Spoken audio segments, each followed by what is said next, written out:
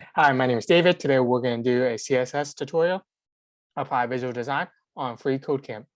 And we're going to learn how to create movement using CSS animation. So we know in CSS, HTML, every element we do is fixed, it doesn't move. And when you set the position, it sets it there and it stays there. There's no ongoing movement. But now with keyframes and animation, we're able to change the positioning of it. So looking at this example, we have keyframes looking at the rainbow. We see at 0% is at 0 pixels from the top, but then at 50%, it goes 50% offset and then goes back. So it's going to go up and back, down and up. And let's do it on this example is how they wanted.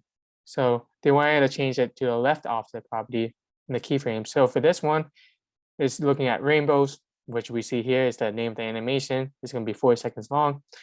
And rec goes from this ID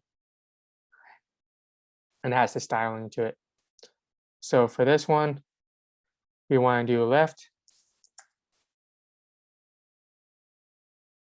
And we want to set it to 25. Yes, 25. Actually, 0 from the start. And then at 50%, we do left. And we do 25. And lastly, for 100%, it goes back even more. So left, -25.